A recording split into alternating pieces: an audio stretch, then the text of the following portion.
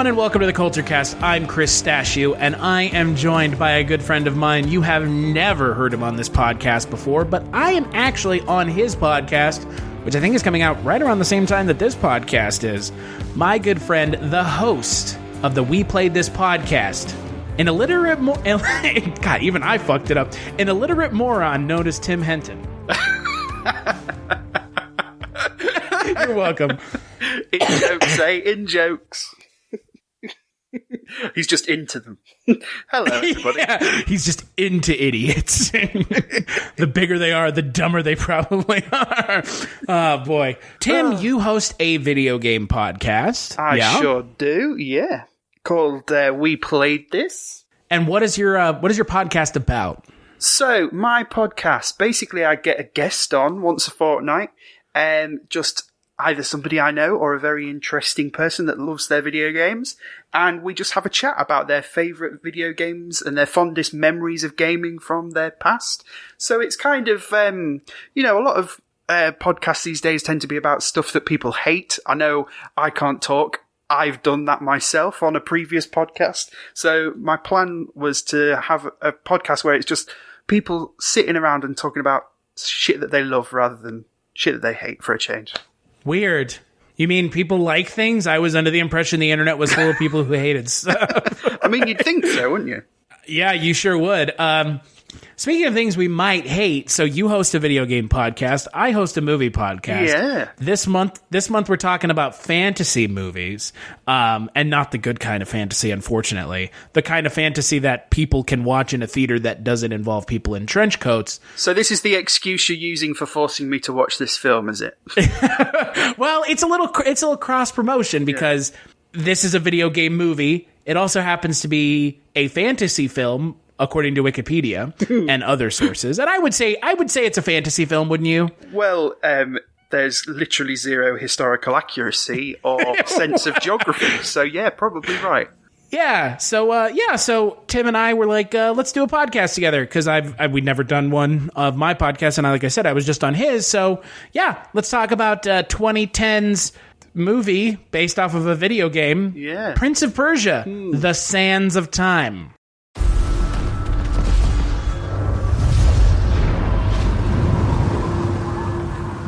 Have you wondered how you could have found such a treasure?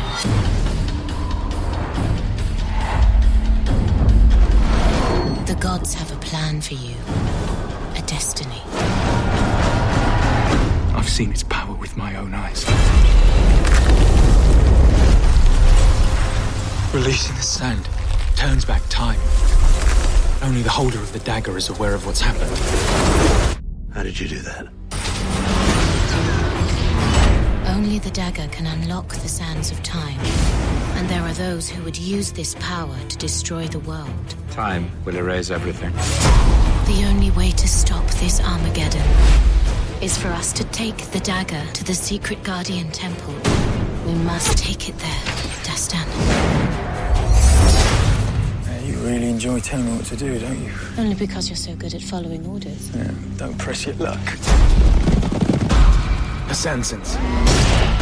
They strike terror into the heart of all they cross. Such a noble prince.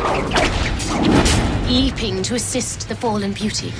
Who said you were a beauty? There must be a reason why you can't take your eyes off me. Fight him!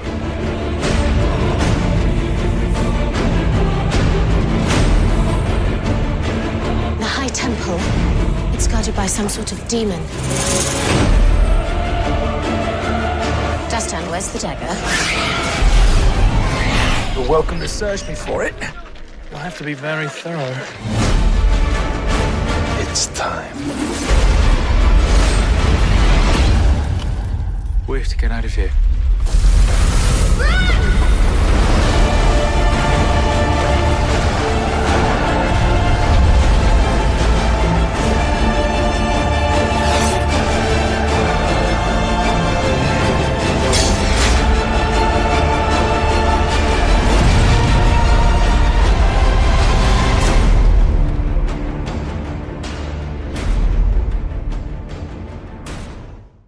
So, yeah, fuck you for I mean, the more tenuous link, obviously, like I used to have a vaguely Disney-based podcast as well, so this kind of fits every kind of remit for me.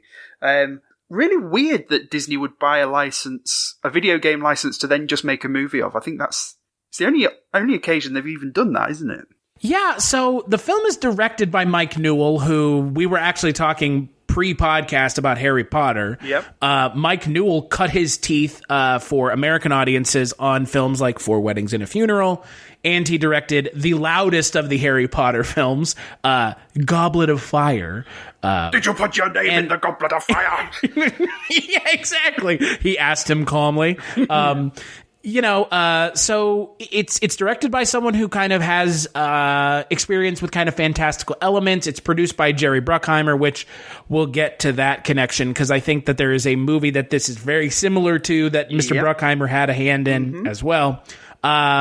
Stars Jake Gyllenhaal, Gemma Arterton, Ben Kingsley, Toby Kebbell, and Alfred Molina. You will notice that one of those actors is not English like the rest of them, and that will also come into play.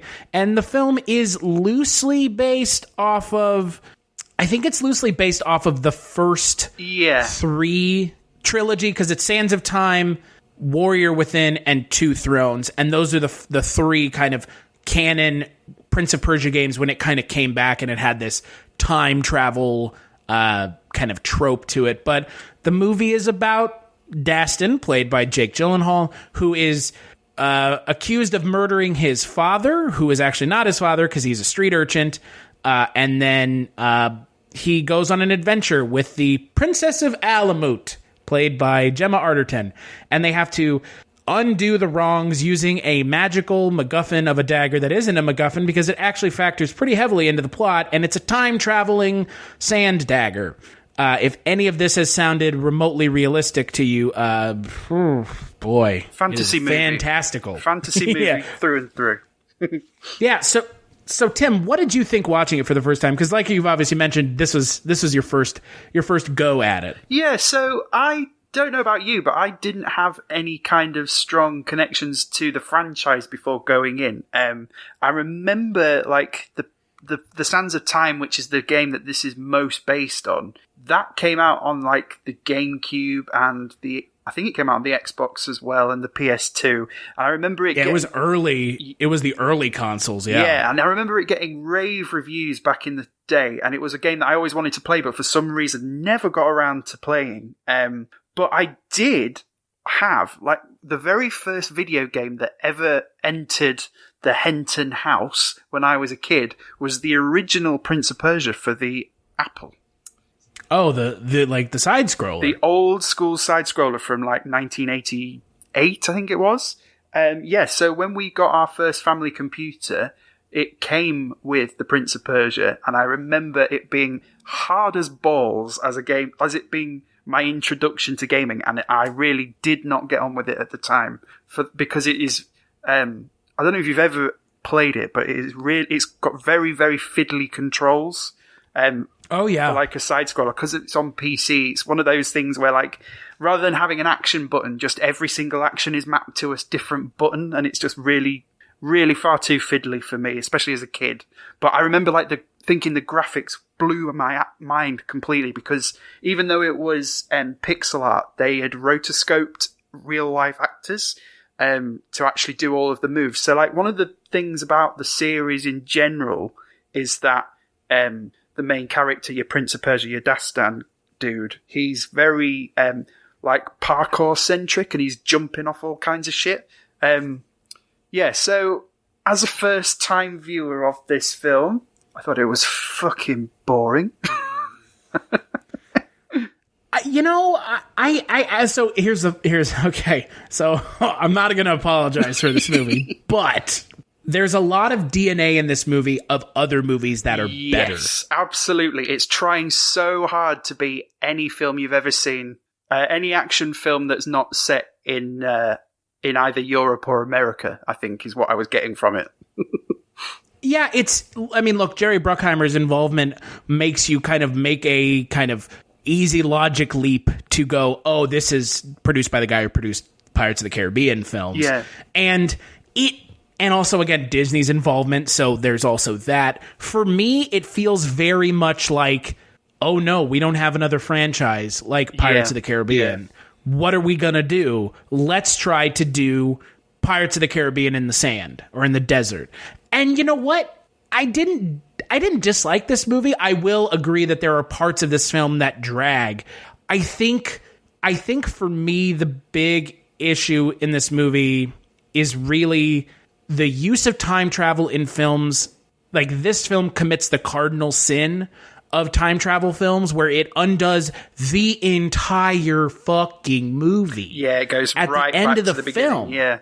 And I'm just like, the journey that these characters go on, like, you're getting invested in their relationship between Gemma Arterton and Jake Gyllenhaal, and then at the end of the movie, it's like, just kidding. Here's some papyrus font on the screen for you. Like, what? The other cardinal sin it kind of fell into for me was that this film, the gimmick is time travel, and that's cool. We're happy with that. But it then sets far too many limits on the time travel. So, like, we get our very first time travel sequence about 20 minutes into the film, maybe. And as you say, the rules of the dagger are it can only reverse time for up to a minute. But also, it has sand in it, which depletes when used. So, after the very first attempt of using it, not only can you not go very far back in time, but you've used all the sand, and then we spend half of the film waiting for that dagger to get refilled. So there's too many restraints on the time travel for it to be a fun gimmick in the film, I find. Like, there's massive periods when we can't do the main gimmick of the film. Well, it would be like in the video game, you would say the same thing if you were playing this, right? Like, why give me this ability if I can't use it? Yeah, and obviously, like, in a video game, you want it to be difficult, but when you're not physically, I'm not involved in this film, I want to see fun things happening, and it would have been a lot more fun if they could maybe have used the time travel mechanic a bit more. Well, the time travel mechanic didn't ever factor into the combat scenes, aside from one of them. It was like a plot device. It was, he runs into the throne room and tells his brother, hey, Ben Kingsley. Okay, so spoilers first off. Obviously this film's 10 years old at this point, so it's way outside of kind of the statute of limitations for spoilers as far as I'm concerned. And again, I'm not going to say don't watch this movie, but I understand that this movie has problems, namely casting a white actor as a Persian actor. Yeah. But that's beside the point, and I'm sure we'll touch on that more. But you have a film that's based off of a video game where in the game, the combat system is based around the use of the dagger. Exactly. And you can use the dagger how you choose to kind of, modify your combat and kind of make the game exciting and interesting and memorable. So memorable that they're remastering the first game, the game that shares the title of this film. And in the film, they just, to your point, they just don't care. No. It's like, I'm going to use this as a way to undo actions or events, but I'm not going to use it to do anything else. Yeah. And to me, that's just a bummer. Missed opportunity. The one thing that the action scenes do get right, though, is they really lean into the idea that Dastan is a very acrobatic person that can literally run across vertical walls and shit like that. There's a lot of kind of, and especially from that time of 2010 when parkour was massive globally, they at least got that bit right, and I can see what they were trying to do with the combat. But one thing that I think is really odd about the film is it looks like Jake Gyllenhaal is a video game character, because he can do shit that is not possible in real life with these wall jumps and all this shit.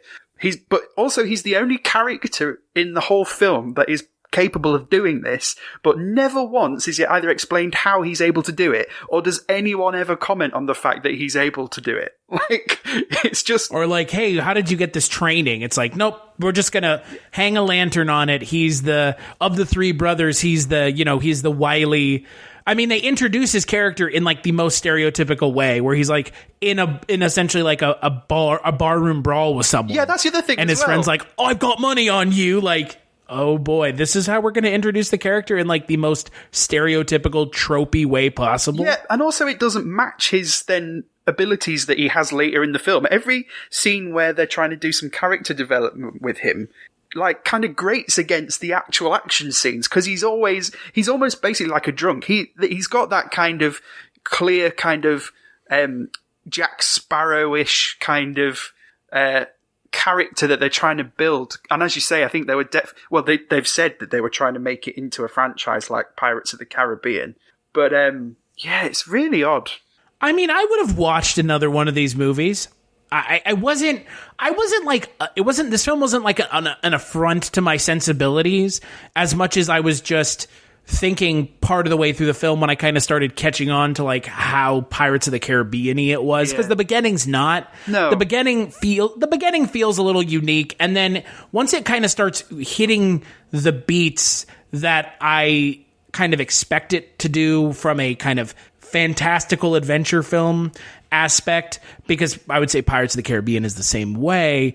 It's like, I've seen this before. Yeah. And I've seen it with a better wrangle on it, because Gore Verbinski's Pirates of the Caribbean, that first film, is still an amazing film. Oh yeah, like, absolutely. It's great, yeah. Right? Like, I don't think anyone's going to argue that. As someone like you mentioned who used to host a Disney podcast, albeit looking at, this would have probably made your podcast. Oh yeah, this is definitely more than like Pirates would have. This is definitely obscure and forgotten.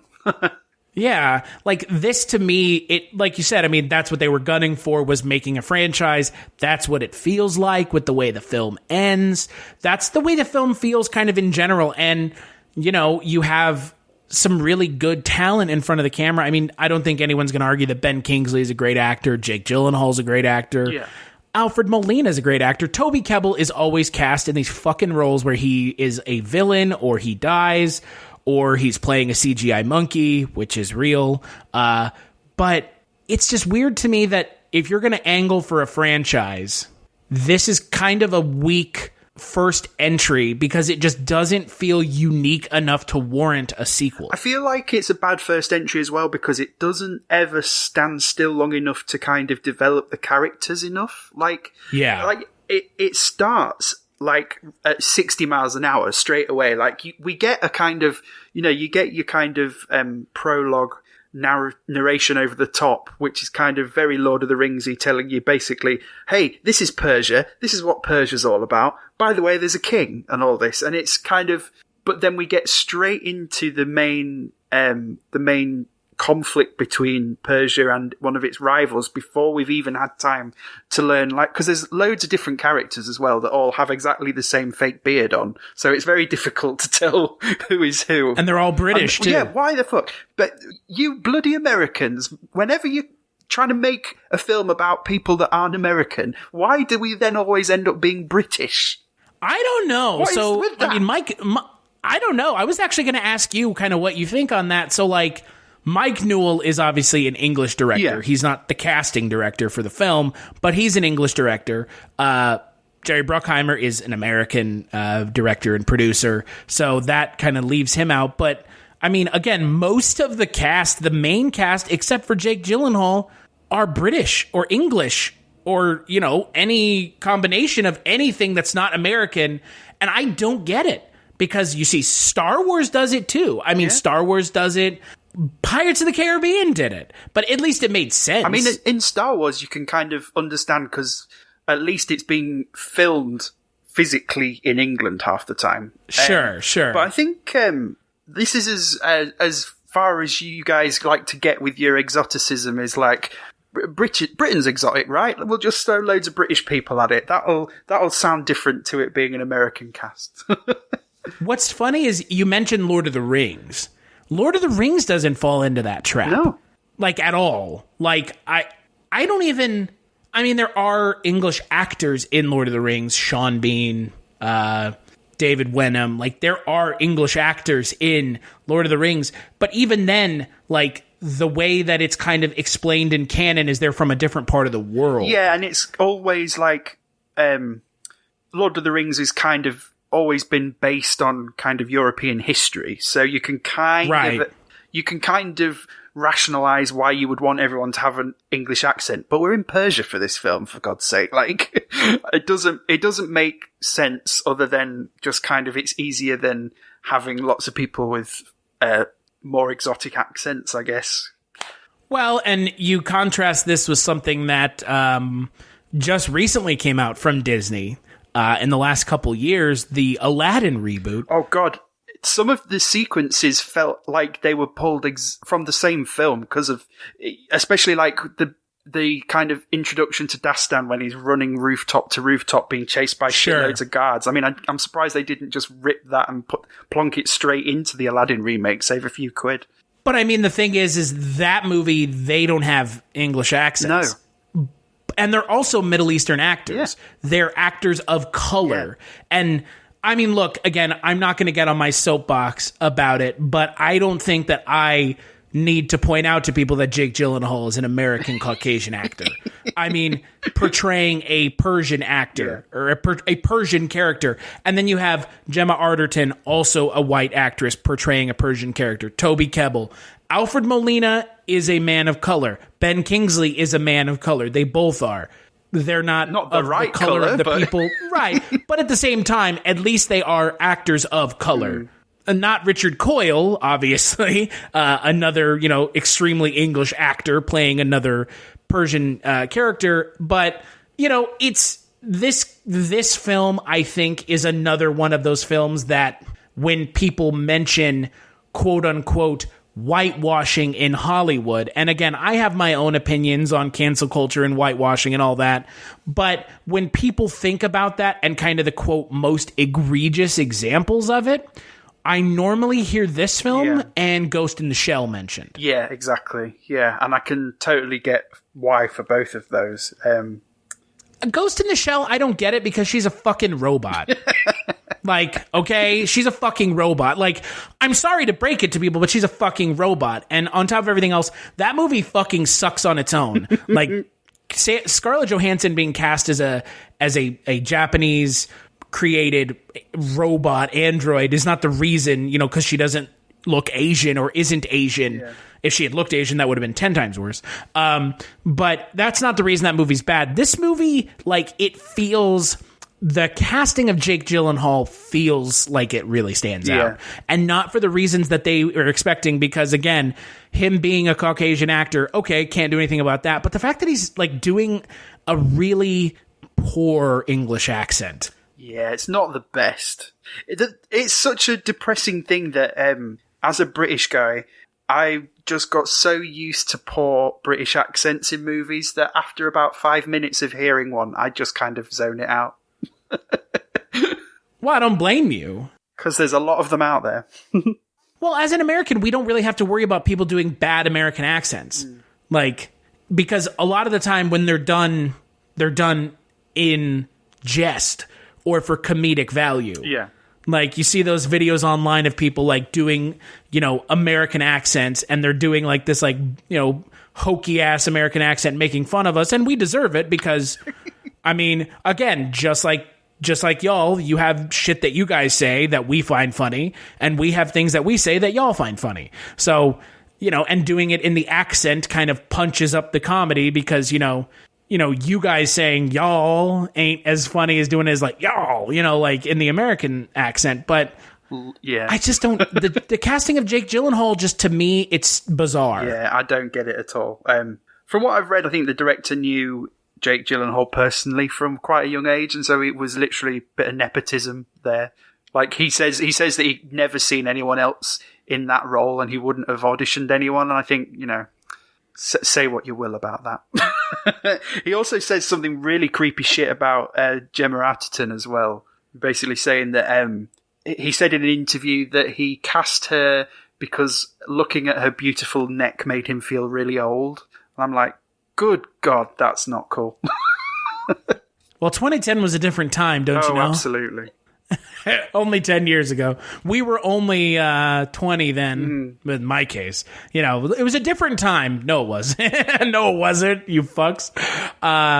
It's, to me, other than Jake Gyllenhaal, who, again, I love Jake Gyllenhaal. He's great in a lot of stuff. I mean, it's not for a lack of talent on his part.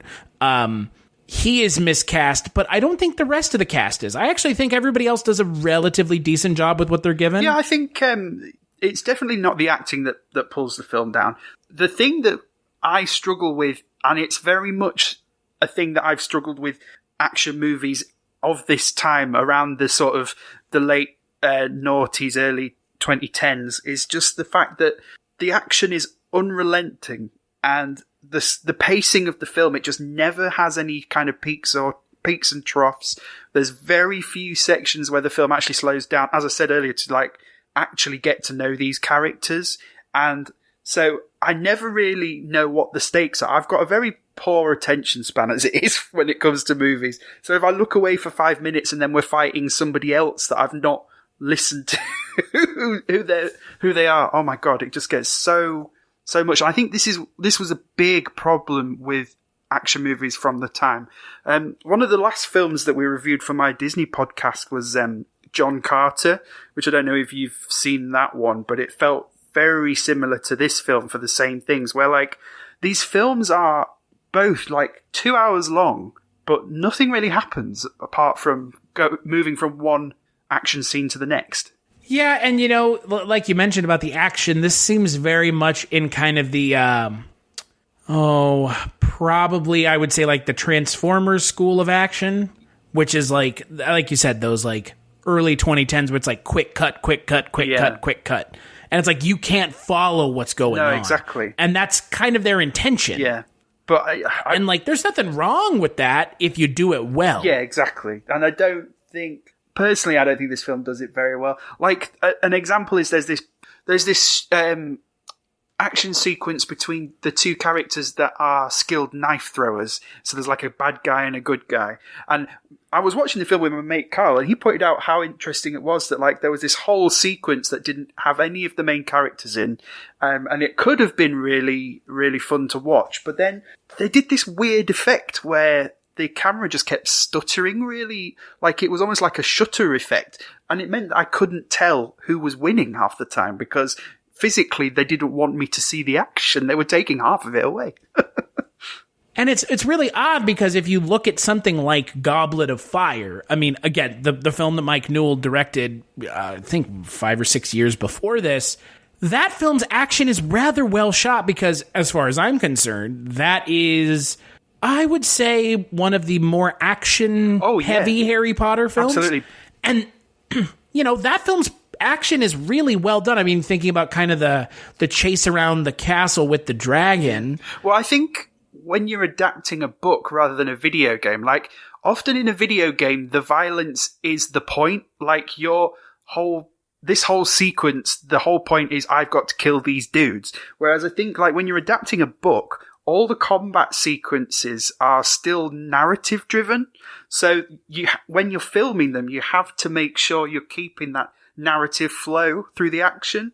Which absolutely happens in Harry Potter. As you say, like, it's always characters that you've got to keep an eye on where they are, or, you know, I mean, like, at the end of the film with the Triwizard Tournament and all the stuff with that, like, it's an action sequence, but you've also got all the different, the different relationships between all the characters that you have to still maintain through that action. Whereas this film is literally just like, here's 50 million bad guys, just go kill them. And there's not as much narrative. The narrative stops for the action and then carries on afterwards. And, you know, I had never thought about it that way, but I mean, you hit the nail on the head completely. I mean, and I think that is the trap, right? That's the trap that you fall into with a video game movie. Yeah. Is you try to make a film that is aping the video game, and you're not making a film to stand on its own. You're making a film that's supposed to entice the people who watch and have played the video games. You're trying to entice them in with things that they're familiar with. And if all they're familiar with is, you know, the character in the video game can click the dagger, go back in time, and, you know, do some cool parkour moves, the movie checks those boxes 100%. I mean, if you're expecting a movie that just is, like you said, relentless with the amount of shit going on constantly, this movie checks those boxes. But the problem is for the film medium, that's like 2 or 3 boxes in a row of 10. Like there need to be other things that need to be done. Because as much as I like Ben Kingsley in this film, he's not really given a lot to do. You find out that he's a villain in like a really weird scene that feels like it's completely out of place. But I absolutely called that he was going to be the villain, because you don't cast Ben Kingsley and then not have him turn out to double cross you right at the end. Right. Oh yeah. I mean, he's kind of, he's one of those actors who, when you see him in something, you kind of keep your antenna up because you're like, he could be the villain. And yeah, I mean, it's like when they cast Chris Evans in Knives Out. Like, why did they cast Chris Evans in this movie? Either he's going to be the hero or he's going to be the villain. But, given the fact that he's not in the movie until 2/3 of the way through, he's the villain. And like with this movie, the Ben Kingsley character, I don't even understand how you're supposed to find him physically intimidating. He's like a 50 or 60-year-old man. Yeah. And Jake Gyllenhaal could like snap him over his leg if he wanted to.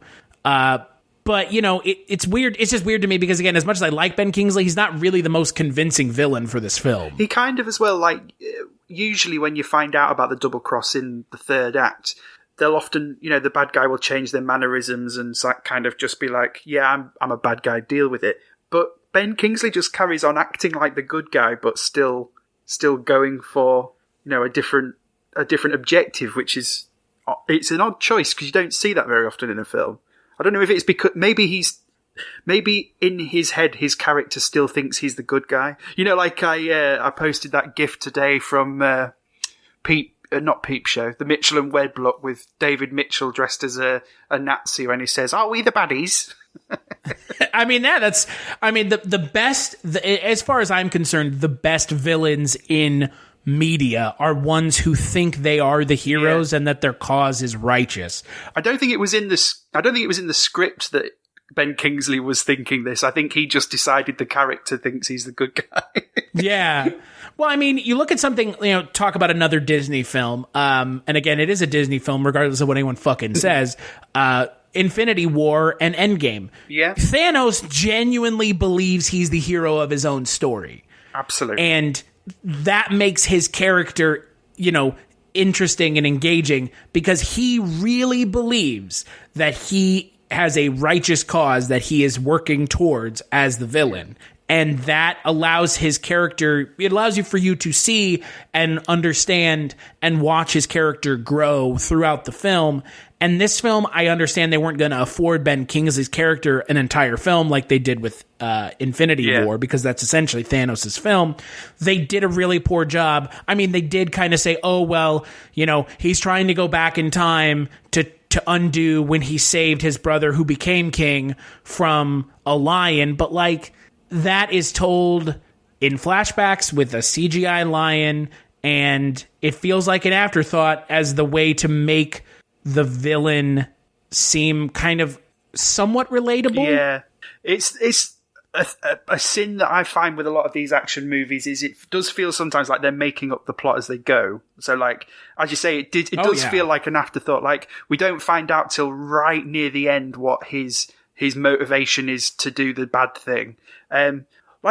We've talked about, I've talked about the pacing of the film really screwing with my head because it's just on all the time. And I think I struggle with films where I don't know what a character's objectives are. Like, I need to know why a character is doing what they're doing. And none of the characters, like, we know that we've got to repair this Sands of Time dagger at some point, but there's like a whole hour in the middle of the film where I don't feel like we're getting any closer to doing our objective because I never know where anyone fucking is. I'm assuming you're talking about like the ostrich riding and stuff like that with Alfred Molina. Yeah, it gets all like, it's a detour. It's a detour to kill time because quest. It's like, oh yeah, it really is. Like, it's the equivalent of a side quest. Like, you have to go to this camp with this kind of tax evading desert weirdo and like get the dagger back after they steal it and escape. Like, okay, I mean, again, there's nothing wrong with it, but like, it just feels out of place in this movie. It was a bit of a side quest and could have been cut out because, again, as I said, like, the film's nearly 2 hours long. It wouldn't have minded if it had a little bit trimmed. Yeah, and that is another thing. This film does not need to be an hour and 56 minutes, like, or hour 54, something I think. Like that, yeah. It is just, it's too much. It's just way too much. And again, as I said, like, if you're going to have a 2 hour film, develop your characters more, slow it down. Let us find out why we should want these two characters to hook up, even though they never really talk to each other about anything apart from this fucking dagger, like, for the whole film. Do you know what? But then they kiss at the end. Well, of course they do, don't they? But they kiss at the end, bro. Come Absolutely. on. Don't you see? When characters kiss, that means they're in love. And what we found from our Disney podcast is it's very rare for characters to kiss at the end for some reason. Disney had a really weird thing about characters not kissing at the end for a good few years. Another film that this really reminded me of, with the dynamic between the two leads, was the 1999 remake of The Mummy. Oh, yeah, but let's not bring that down with this. Oh, God, no. I know. Like, as you said, like, the things that this film reminds you of are all better films. But the thing that really reminded me of it was, like, Gemma Arterton's got, like, a very, very posh, prim and proper kind of British accent, which obviously is because she's supposed to be playing, a princess. But it really reminded me of Evie from The Mummy. Jake Gyllenhaal not reminded me quite so much as Brendan Fraser's himbo in that, but definite Rachel Weisz inspiration from Gemma Arterton, I think. I wish they had steered more into that. Yeah. Do you know what I mean? Yeah, because they don't have kind of like, it's not a will they, won't they kind of relationship. It's not. There's no conflict between them as such. Like they just kind of get on from the beginning. Almost. I mean, she tries to murder him in the first scene that they really share together. And then they just kind of forget it. That scene is also used as less of character building and more of a way to explain the dagger, the exposition dump of the dagger. Because that's the, like, you have to fill it with sand and it takes a minute and da-da-da. It's like, oh, fucking, okay.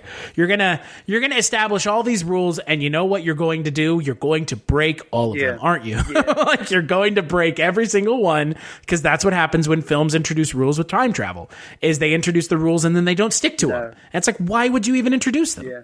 It's weird. Like, I don't understand what happened at the end. At the end of the film, Jake Gyllenhaal and Ben Kingsley stab the sand glass, which is kind of underneath the city of Alamut, and they stab it with the dagger. And by stabbing it with the dagger, he's destroying time, which allows him to go as far back as he chooses, as opposed to a minute. And him and Jake Gyllenhaal are fighting, and Jake Gyllenhaal and him fly off into the distance by sand, and then we're just right back with Jake Gyllenhaal holding the dagger at, like, in the first 10 minutes of the film. Does Ben Kingsley's character know that he went back in time? Where did Ben Kingsley's character go? Are you going to explain that? No, you're not. Yeah, because they never even never even kind of get him back or anything. He should have known that he went back in time, right? I'm not sure. Like, I was assuming that, like, when he saw I was going to call him Dashcam, Daston. When he saw him there at the end, I was assuming he'd be like, oh, he went back in time too. But no, they don't even do that. The end of this movie, so there's kind of two endings. There's the ending of the main storyline, and then there's kind of the epilogue where, after Jake Gyllenhaal goes back in time, he kind of sets everything right, quote unquote. That whole last 10 minutes of the movie is just atrocious. Oh, yes. It is awful. I don't understand it at all. The other thing as well is the good guy's motivations at the end for stopping Ben Kingsley is that Gemma Arterton kind of says that what he plans to do with the dagger won't do what he wants it to do. It will actually destroy the world. The world will be destroyed in a massive sandstorm. And so obviously they're trying to stop Ben Kingsley from doing the thing he wants to do. Ben Kingsley manages to do the thing he wants to do, which is to stab the dagger into the big pillar of weirdy, spacey-wacy, timey-wimey. And then after that, the world just doesn't end. It turns out the good guys were wrong all along and everything's fine. Yeah, which makes no sense. No, it's fucking awful. Movie. Yeah. Like I said, the movie introduces rules and then breaks them. I mean, it doesn't make any sense. It's for me, the best version of that will always be Ghostbusters, right? Don't cross the streams. Egon says it in the first 10 minutes of them being Ghostbusters. He says it in the elevator. Yeah. Don't cross the streams. Total protonic reversal. And at the end of the movie, they do that, but they do that knowing that they're going to have to do it as a last-ditch effort to destroy Gozer. Yeah. And in this movie, it's essentially the same thing. Don't stab the glass. Don't let him stab the glass. If he stabs the glass, the world gets destroyed. And in this movie, I don't get it. Nothing happens.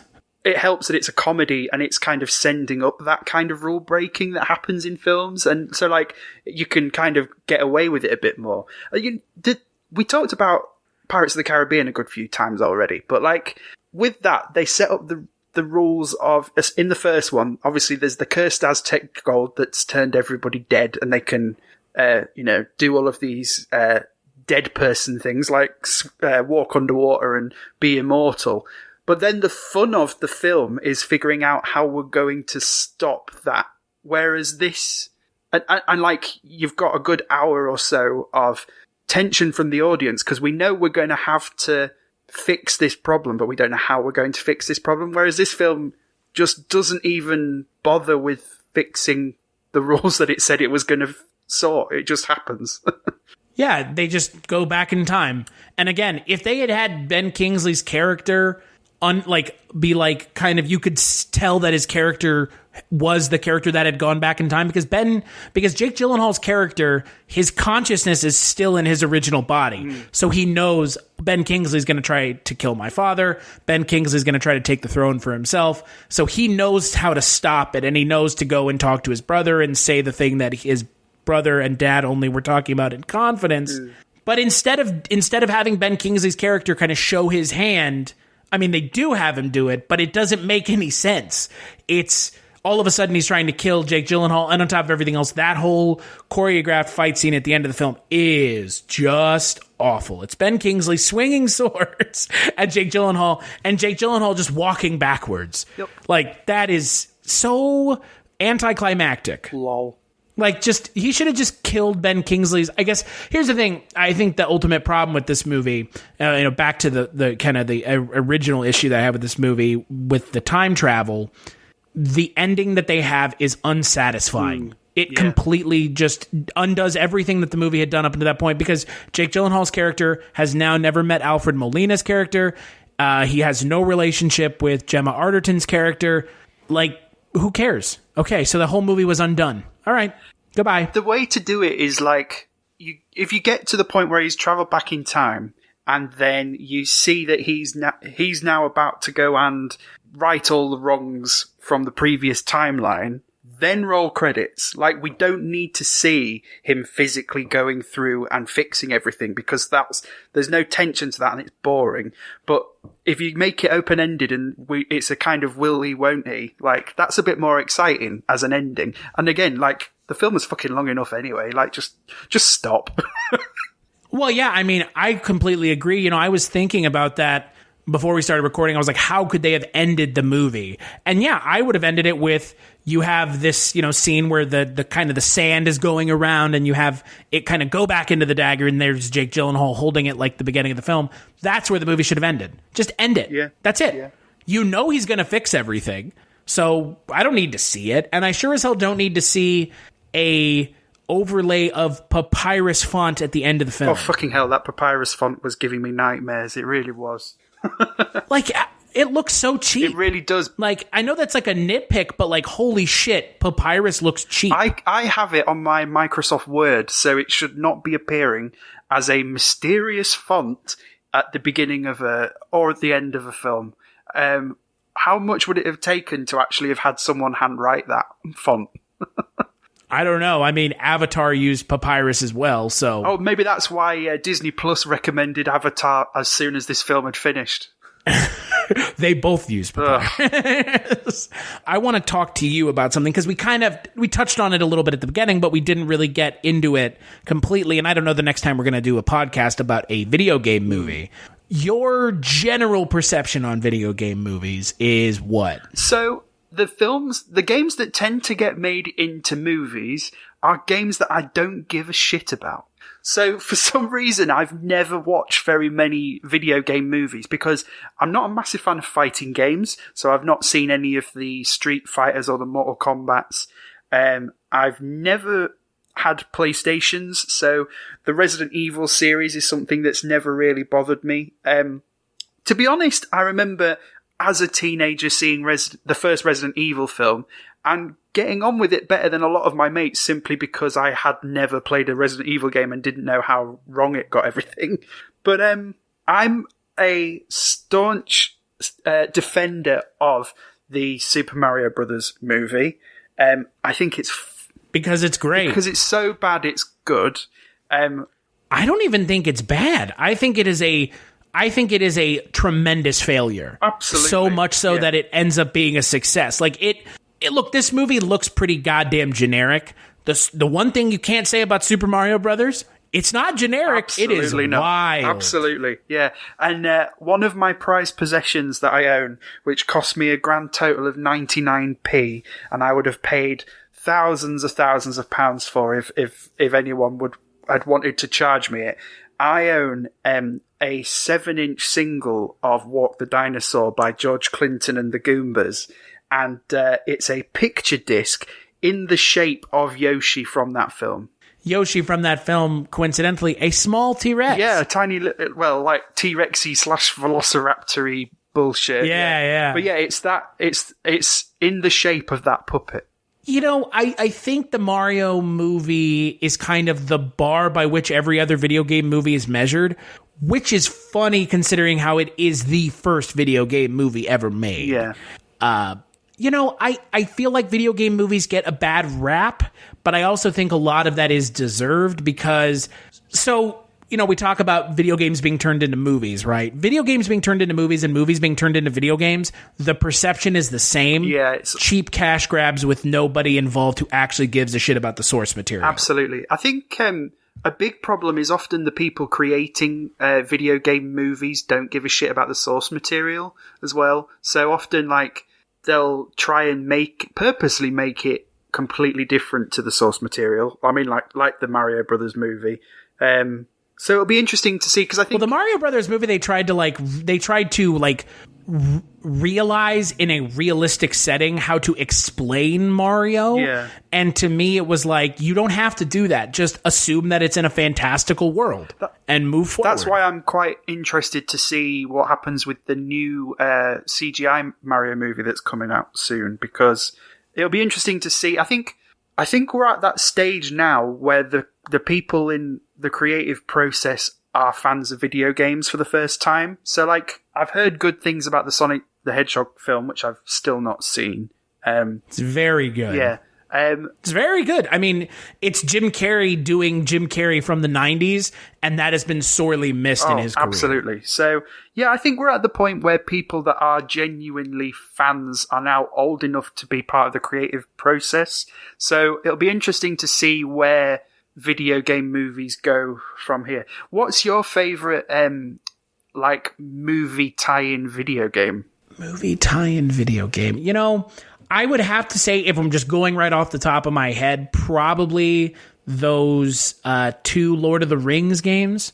The Lord of the Rings, 2 Towers, and Return of the King. Probably Return of the King, because Return of the King had co-op multiplayer. Yeah. But I mean, those games are amazing, right? Like, they still hold up, like 15, 20 years later, right? Yeah, actually, we did a charity movie marathon where we watched all of the Hobbit and Lord of the Rings films, and it was an opportunity to replay those games. And yeah, they do really hold up, those ones. Yeah, like, they're really good, and they don't feel like a cash grab, which is surprising considering how, you know, it's fucking EA making those games. Yeah. But, you know, like, it's for what it is pretty good. It tells the story. Honestly, though, you know, I'm gonna kind of fix my answer a little bit, because I'm actually going to take a step back and say, if we're talking in general, the Lego games are the best movie games that exist. Yeah, I've not been a massive fan of them, but I haven't come back to them for a very long time. But I think do you know, it's probably still going to have to be GoldenEye. Can't get better than GoldenEye. Come on, man. That's a other than GoldenEye, because that's an easy answer. I would call that a cop-out answer. Yeah, I'm being the video game equivalent of a basic bitch by saying GoldenEye, but yeah. Yeah, that's a Visco bitch right there, dude. I got my Instagram filter on, and I'm drinking my white wine, and I'm playing GoldenEye. Honestly, I'm trying to think of any other licensed games I've played. I didn't really used to play them very often as a kid. No, fuck it. Do you know what? I can't believe I not said this. Star Wars Episode 1 Racer. Yes, but I mean, it's held up so well that you can play it on your Switch. Yeah, right the now. Switch version is a fantastic port. Yeah, I play that quite a bit at the minute. Yeah, it's real good, and the game still holds up. I mean, as as someone who, like yourself, grew up in the 90s and early 2000s, like I played the shit out of that on N64 at my buddy's house, and now that I have a Switch, I can play it. Best title screen and menu system in any game has to be Star Wars Episode 1 Racer, where Watto's just singing to himself in the background, just like...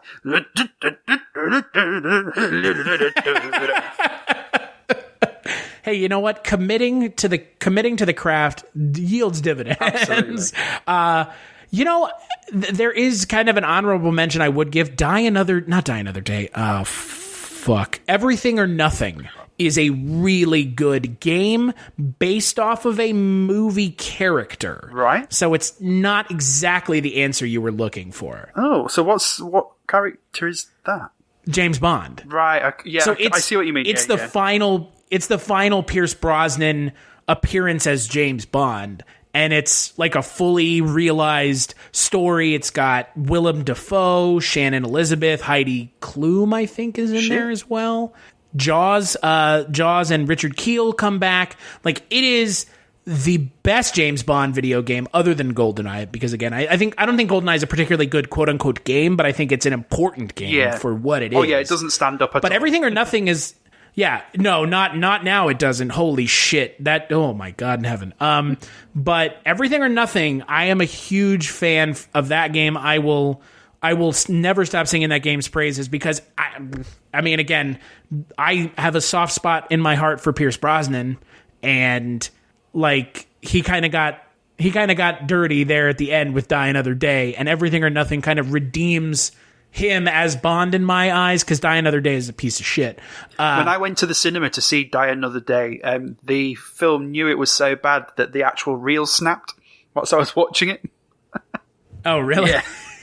I was very tempted. Like, after 10 minutes of waiting for someone to come and sort it out, I was very tempted to just walk out. I should have done. You should have, because that movie is terrible. Yeah, it was right in the last 20 or 15 minutes as well, so it was just as things were wrapping up, and I was like, yeah, I don't care. So I have to ask you, since you asked me what my favorite movie video game is, what is your favorite video game movie? Is it Super Mario Brothers? Or if we take that one out of the conversation, because I think that would probably be my answer too. That's the basic bitch answer for that category, yes. So, I don't think it's a basic bitch answer. I just think you and I clearly have a shared affinity for that movie. Like, I don't think people genuinely think that's a good movie. Like, I think people genuinely think that movie's a piece of shit, which, I mean, I can see it, but like, again, it probably is a piece of shit, but it's a glorious piece of shit. Well, if we're taking Mario off the table, then it has to be, and I know I'm cheating a bit, but Wreck-It Ralph. I think Wreck-It Ralph, the first one, is a fantastic love letter to video games, and it technically counts because it's got plenty of real characters in it. But yeah, I think the story that's told as well is movie enough, but also video gamey enough. It follows the tropes. Sure. It plays with the tropes of a video game to tell a cohesive narrative without getting too gamey. Yeah, I would agree. I think for me, my answer actually probably would be Sonic the Hedgehog. Yeah, if I'd seen it, you know what? That's what I'll do tonight. I'll finally get around to watching it. Yeah, and I'll be curious your thoughts, because again, like, we didn't do a podcast on it for a number of reasons, namely, like, that was looking back now. That movie came out this year, which is fucking insane. For a number. It's going to clear the room at the Oscars, isn't it? Like, it's going to. Yeah, right. And Best Actor, Sonic the Hedgehog. But it has that look. Taking the whole redesign of the character aspect out of it, because again, while I agree with them redesigning the character to make him look more like the character in the video game, it does kind of set a dangerous precedent that now we're seeing with shit like the Snyder Cut and giving the fans what they want, not necessarily a bad thing, but also not necessarily a good thing either. The performance by Jim Carrey is so good and so reminiscent of things you've seen him in before, but yet entirely different in a way that works. That and again, they clearly love the source material, and that for me is kind of, if you can tell that the people who are making the film love the source material, then then the film is going to have a better chance at succeeding. Yeah. It just is. But it's weird as well that, like, the films that we like for video games, they're still only slightly based on the video games themselves, because, like, both the Mario movie and the Sonic movie, they're both fish out of water films where, like, you know, but in opposites, where you've got the character, like, Sonic is a character from a video game coming to the real world to have real world shenanigans. Then you've got Mario, which is the opposite, where he's now a real-life person, but he enters a world from a video game. We've still yet to see a decent film where it's a video game character in the world that they would normally be in. So, why is... Detective Pikachu. Okay. Shit. I mean, I'd completely that's a pre-established world. I'd forgotten about that film, yeah. Fuck it, that's better than Wreck-It Ralph. I really liked Detective Pikachu. I think I forgot about it too because as much as I like it, it was kind of forgettable. Actually, yeah, this is a really good example, Chris. Thank you, because it absolutely the world of the Pokemon universe that is in that film. The thing that I liked about that film so much was I felt like I knew the place, even though I'd never been there. Like the sense of place in that film, the geography of it worked. So you are right. That is a brilliant example of a good video game movie because it has the characters from the video game in their own world, and it worked. Well, and that's why I like that's kind of why I like that movie as much as I do. Is like you said. I mean, it's a fully realized world. Like the Pokemon don't feel out of place. They're clearly part of the world at large. But equally, the film never bothers to explain that world because we already fucking know it. Like that's the other thing is right. Like, it doesn't hold your hand. Every person that going to see Detective Pikachu knows about the Pokemon universe, and if they don't, they will figure it out. It's fine. It's not complicated. Well, and also knowing about the world of Pokemon is not required to appreciate the movie, which I think is another success of these video game movies. If they are successful, is the movie does a good job of balancing newcomers and people who are aware of the pre-established canon and mythology of the original series. And those movies do, I mean, the Mario movie fails at that completely, but it gives you enough to look at and kind of enjoy otherwise. But Sonic and Detective Pikachu, they all pay lip service to the fans, but they also go, this is not just about the fans, this is about telling an interesting story. Absolutely. And fuck Tomb Raider. Fuck all those Tomb Raider movies. Just fuck all of them. Like, there's so many bad video game movies. Like, you could do lists of bad video game movies. Oh, absolutely, yeah. And which is the least worst? yeah, well, they're all... the problem is so many of the good ones are the exception that prove the rule. So, if I had a video game version of Cluedo for my PC back in 2003, does that make Clue a video game movie? Wow. Also, nice drop calling it Cluedo, which I would assume most Americans don't even know that that's the original yes, I was going to name. say, I called it Cluedo because it's called Cluedo. Yeah. The film is but most Americans don't know that. The film is called Clue. I'll give it that. But the game is Cluedo. 100%. Which is a pun. Yes, it's a pun on the board game Ludo. And the fact that it's detective-based. So it's the detective... Yeah, it's Cluedo. Ludo. So I've never heard of that board game before. Do you guys have a board game called Sorry? Yeah. So Ludo is a very, very, very old board game, which I'm not sure if it's British, but it might be. We invented all the good things, don't you know? But yeah, so Ludo is exactly the same game as Sorry, except you use dice rather than cards. Ah, okay. Yeah, the Brits invented all the good things like mushy peas. Hey, calm down. Hey, I know. Don't draw that line in the sand. Mushy peas are like ambrosia from the gods. I don't know what you're on about. What about eel pie? Come on. No, like there's probably 10 people in the whole country that's eaten eel pie before. And they're all at that one restaurant, and they're always in there whenever the cameras come in. They're like, "Oh, I've been eating eel pie since I was a little girl." Like, you must have only been eating eel pies too, because why are you still here? Honestly, I've been to London hundreds of times in my life, and I have never once seen a shop selling eels. It's not real. It is real. It's just one place. One place sells it, and it looks Apparently awful. Eels just taste like mud. Jellied eels. Yum. That's the kind of shit that they sell to tourists like Americans and tell them it's a delicacy. Fish and chips, dude. Now that is Come a on. fucking delicacy. You leave fish and chips alone. Hey, I like fish and chips, man. But, I wouldn't say y'all invented frying fish, though.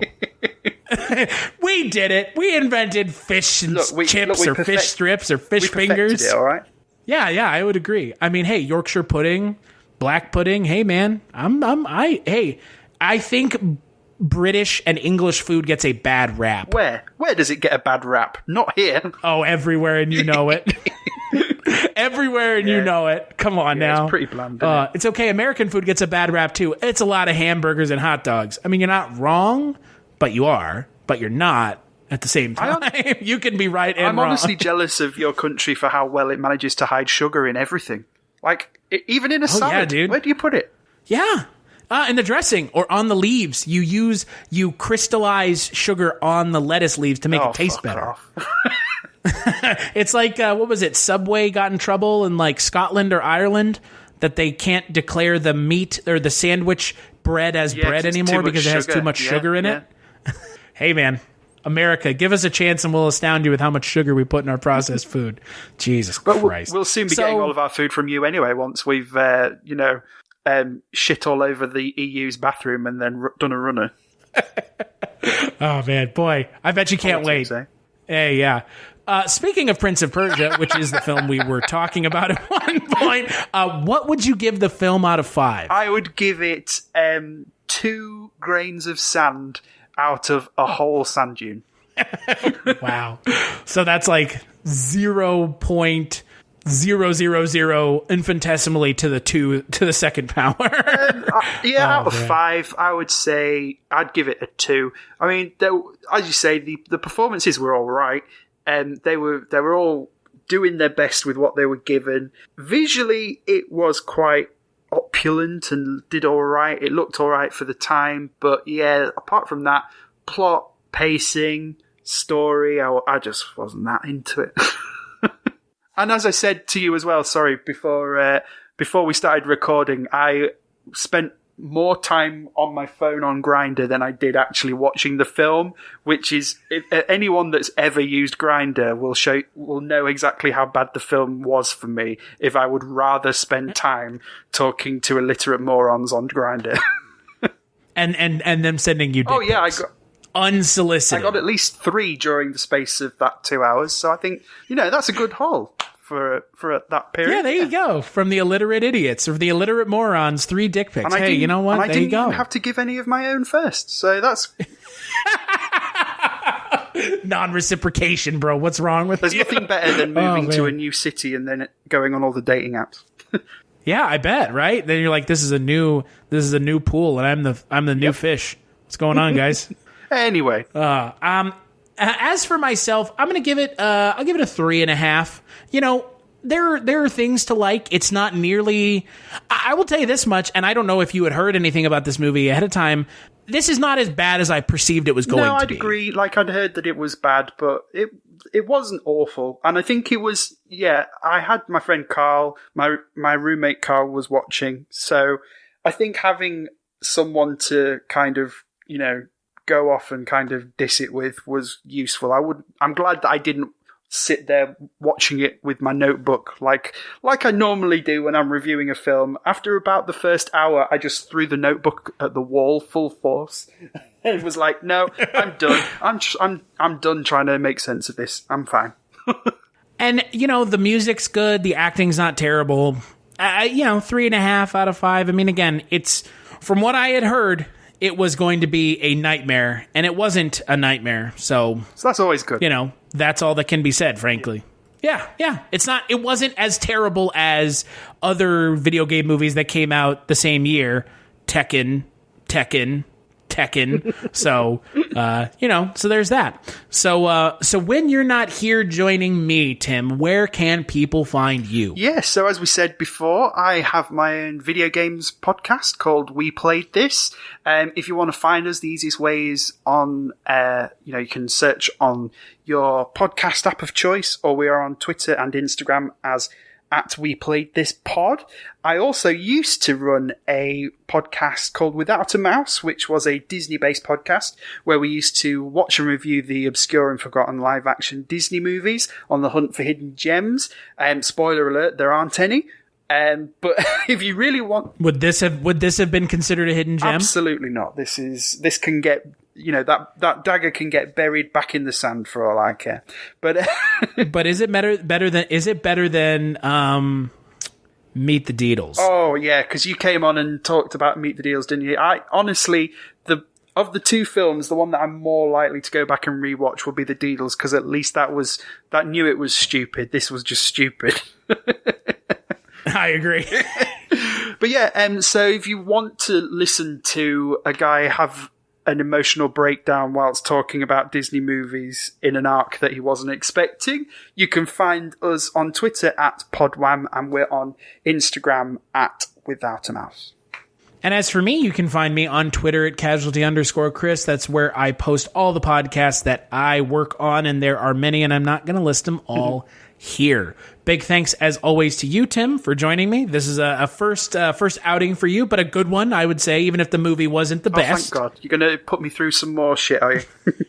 I mean, hey, if you want to come back. I mean, hey, you know what?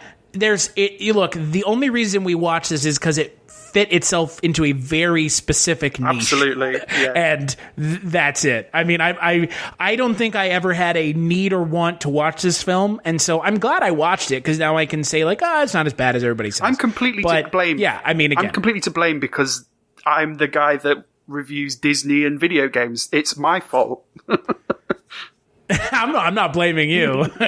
But it is your Absolutely. fault. And yeah, make sure to check out the next episode.